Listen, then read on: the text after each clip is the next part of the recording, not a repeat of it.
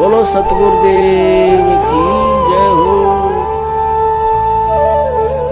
बोलो सतगुरुदेव की जय हो।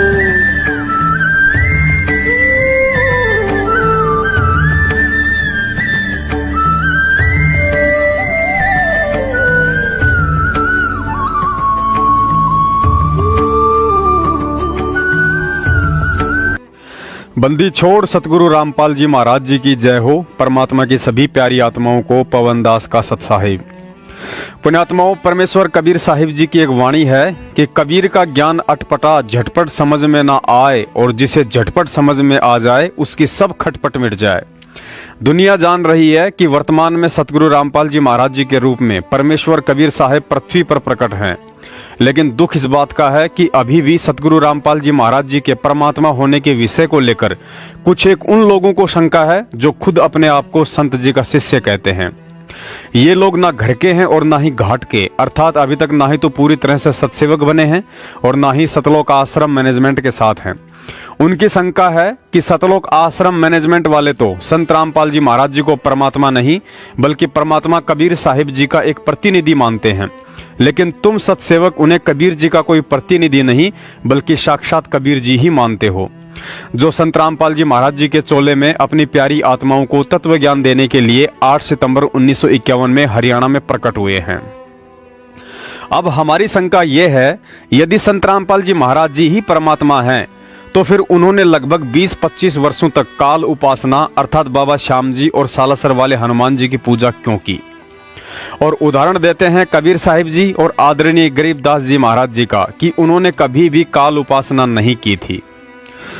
पुण्यात्माओं, सतगुरु रामपाल जी महाराज जी के जन्म लेकर नहीं बल्कि प्रकट होकर इस पृथ्वी पर आने के विषय में दास पहले काफी वीडियो ट्रू वीडियो चैनल पर डाल चुका है, लेकिन आज इन भक्तों की शंका कुछ अटपटी सी है, क्योंकि इतना तत्व ज्ञान लेने के बाद भी इस तरह की शंका उत्पन्न होना उस आत्मा के लिए अच्छा संकेत नहीं है।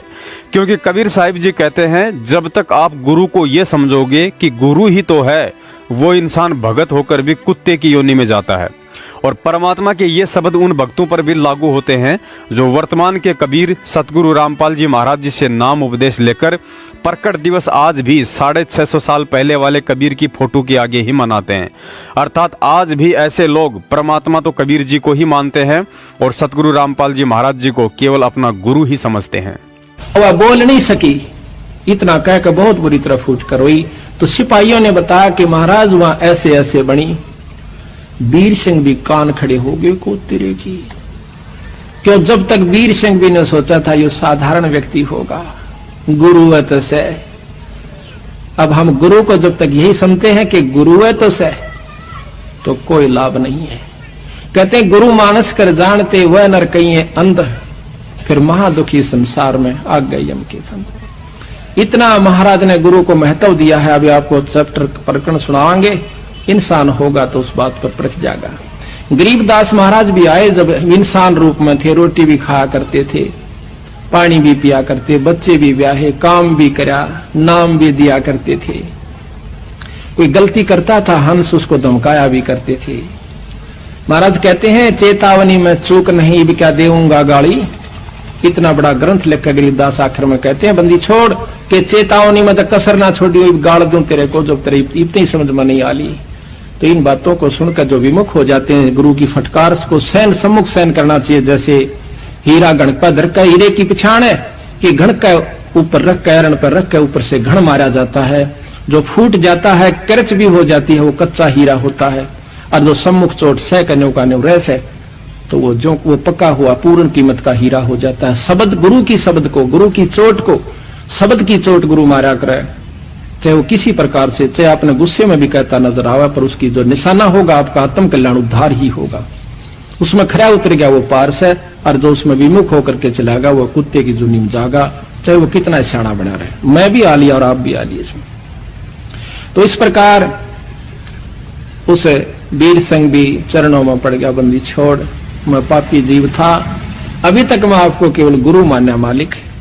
कहने लगे बंदी छोड़, तने गुरु भी ना मान्या था बिरायब तई, गुरु मान लियो तो ये आपके मन में बात भी नहीं आ सके थी। गुरु और परमात्मा में कोई अंतर नहीं होता, जब तक दो समझ कर चाल। कबीर साहब कहते हैं वो कुत्ते की जुनी में जागा। पुण्यात्माओं, वर्तमान का समय कलयुग की बिचली पीढ़ी के मोक्ष मार्ग का समय चल रहा है और इस समय के विषय में काल भगवान ने पहले ही तपतशिला पर जोगजीत रूप में कबीर साहिब जी को कह दिया था कि जाओ जोगजीत संसारा, जीव न माने कहा तुम्हारा, जीव तुम्हारा कहा न माने, हमरी ओट ले वाद बखाने। अर्थात कलयुग की बिचली पीढ़ी तक मैं इन जीवों को उल्टी सीधी भक्ति साधना करवाकर इतना भ्रमित कर दूंगा कि उस समय कोई भी जीव आपकी बात सुनने को तैयार ही नहीं होगा। कबीर साहिब जी कहते हैं, कठिन विषम गति रहन हमारी, कोई न जानत है नर नारी। अर्थात मैं अपनी आत्माओं को किस विधि और सोच छल छिद्र करके उन्हें काल जाल से मुक्त करवाता हूं, उसके विषय में यहाँ के जीव तो क्या खुद काल भी नहीं समझ सकता है। जो पुण्यात्माएं परमात्मा की चाहत में जन्म से ही ब्रह्मा विष्णु महेश जी के कट्टर पुजारी हैं या अन्य देवी देवताओं की साधना को ही उत्तम मानकर दिलो जान से समर्पित हैं, अपनी उन आत्माओं से काल साधना छुड़वाने के लिए परमात्मा को यदि स्वयं भी काल पुजारी बनने की लीला करनी पड़े तो वे जरूर करते हैं। पुण्यात्माओं, यहाँ एक विशेष बात है जो ध्यान में रखनी है। पृथ्वी लोक पर कर्म केवल 84 लाख योनियों में अकेले मनुष्य पर ही लागू होते हैं। उदाहरण के लिए, यदि एक व्यक्ति की मौत किसी जानवर के काटने या हमला करने से हो जाती है तो उस पशु या पक्षी पर उस हत्या का कर्म लागू नहीं होता है।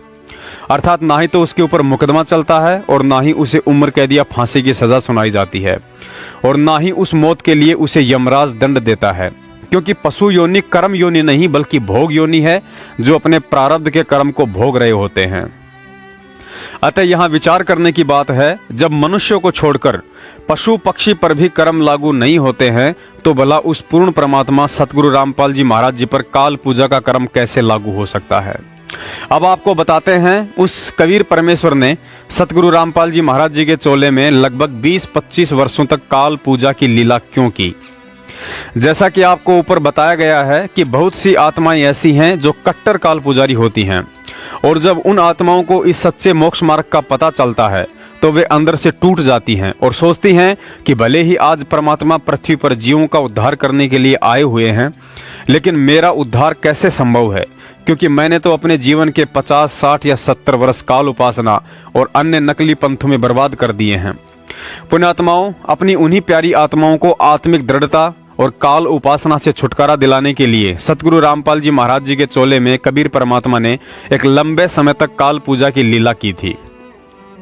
क्योंकि जब उन आत्माओं को सत्संगों के माध्यम से पता चलेगा कि खुद संत रामपाल जी महाराज जी ने भी 25 साल तक हनुमान जी की पूजा की और यदि आज परमात्मा कबीर साहिब जी उन पर भी मेहरबान होकर उन्हें सतगुरु का दर्जा देकर पूरी पृथ्वी के जीवों का मोक्ष करने की पावर दे सकते हैं, तो भला हम तो जीव हैं, यदि आज से ही इन काल पूजाओं को त्याग कर उनकी शरण ग्रहण कर लें तो निश्चय ही हमारे आत्म कल्याण अर्थात मोक्ष में कोई धोखा नहीं होगा।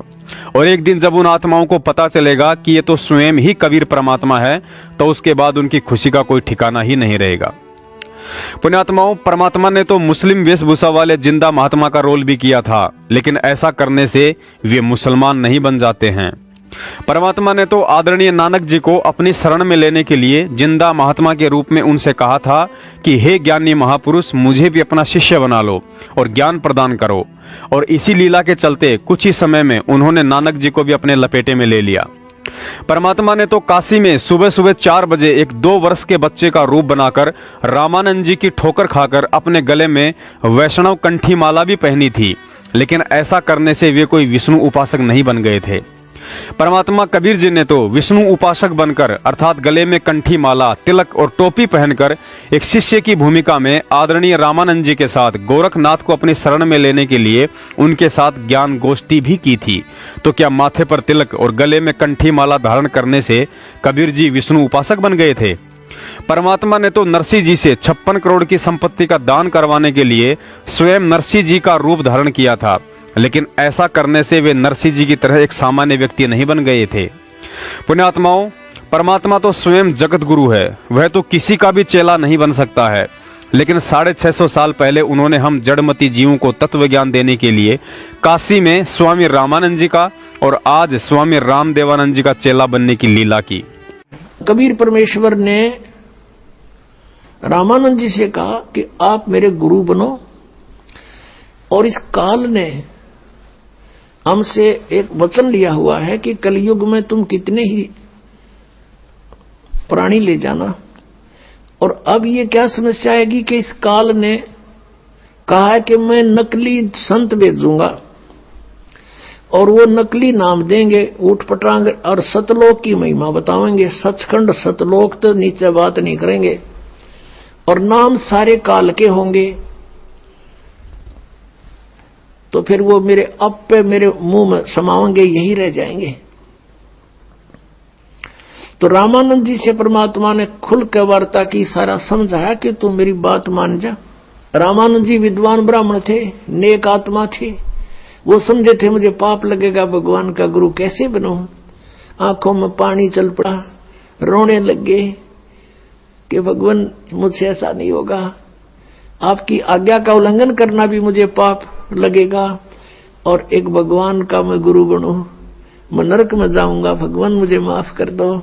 तब परमेश्वर ने कहा कबीर देव जी ने कि रामानंद जी, आई एम गॉड और मैं ही भगवान हूं और मैं ही पाप नाशक हूं, मेरा आदेश पालन करे और देख बात सुन।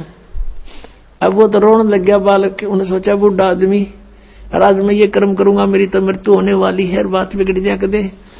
बुरी तरह बैठ गया, लेट गया, बल्कि टेढ़ा हो गया। रामानंद जी की बहुत देर के बाद डाढ़स बंधा, हिम्मत हुई और कहा भगवान मुझे लज्जा बहुत होगी जब मुझे गुरु कहोगे। स्वामी जी आप मेरी तरफ देखो और ये आपके भाई बहन या काल के जाल में भयंकर रूप से भयंकर कष्ट उठा रहे हैं और इनकी तरफ देखो, मेरी आज्ञा का पालन करो। तब रामानंद जी ने स्वीकार कर लिया कि जो आज्ञा आपकी होगी वही करूंगा। सतगुरु रामपाल जी महाराज जी ने बताया, यदि आपके पास परमात्मा का यथार्थ ज्ञान और मंत्र हैं, तो फिर भक्ति मार्ग में लाल या गेरुए कपड़ों का कोई रोल नहीं होता है। लेकिन इसके बावजूद भी हमारे दादा गुरुजी स्वामी रामदेवानंद जी महाराज जी ने जानबूझकर भगवा कपड़े पहने और काफी समय तक हरिद्वार में रहे। इसके विषय में सतगुरु रामपाल जी महाराज जी ने बताया कि स्वामी जी को भगवा कपड़े पहनने की कोई आवश्यकता नहीं थी, लेकिन उन्होंने जानबूझकर इसलिए लाल कपड़े पहने ताकि हरिद्वार में गंगा स्नान से पुण्य प्राप्ति की आस में आने वाली आत्माओं का सही मार्गदर्शन कर सकूं। और उस समय वह मार्गदर्शन लाल कपड़े पहने बिना संभव नहीं था, क्योंकि भोली आत्माएं केवल उन्हीं लोगों को ज्ञानी पंडित और गुरु समझती थी, या तो जिसने लाल कपड़े पहने हो, बड़ी बड़ी जटाएं और दाढ़ी हो, या गले में मोटी मोटी मालाएं लाद रखी हों। अतः अन्य पंडों की भांति लाल कपड़े पहनकर हरिद्वार में बैठने के कारण हमारे दादा गुरुजी कोई पांडे नहीं बन गए थे। ठीक इसी प्रकार सतगुरु रामपाल जी महाराज जी को काल उपासना की भूमिका करनी पड़ी, और ऐसा करने से उन्हें काल उपासक कहने वाला व्यक्ति चाहे भगत हो या जगत, और यदि उसने अपने विचारों में बदलाव नहीं किया तो अंत में कुत्ते की योनि में जाने से नहीं बच सकता है। अतः उम्मीद करता हूं संत रामपाल जी महाराज जी की इस लीला के पीछे का सारा रहस्य आप जी को समझ में आ गया होगा। यदि नहीं आया है तो अपनी मूर्खता का प्रमाण देते हुए रोहतक और जबलपुर में कबीर प्रगट दिवस मनाते रहो और सतगुरु रामपाल जी महाराज जी को यूं ही दुखी करते रहो।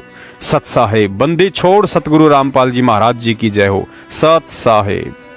देख रहे थे तत्व ज्ञान पर आधारित साध संगति के वीडियो। इसी तरह की प्रमाण सहित और भी वीडियो देखने के लिए वीडियो को लाइक करें, फॉलो करें हमारे चैनल को, जिससे कि और भी ज्ञान आधारित वीडियो आपको मिलती रहे। अधिक जानकारी के लिए फेसबुक या यूट्यूब पर सर्च करें पवन दास इस लाइव और साध संगति से जुड़े रहे और मर्यादित ज्ञान आधारित सतभक्ति करें, क्योंकि साध संगति ही यथार्थी 13वां कबीर पंथ है। पूर्ण ब्रह्म परमेश्वर सतगुरु रामपाल जी भगवान जी का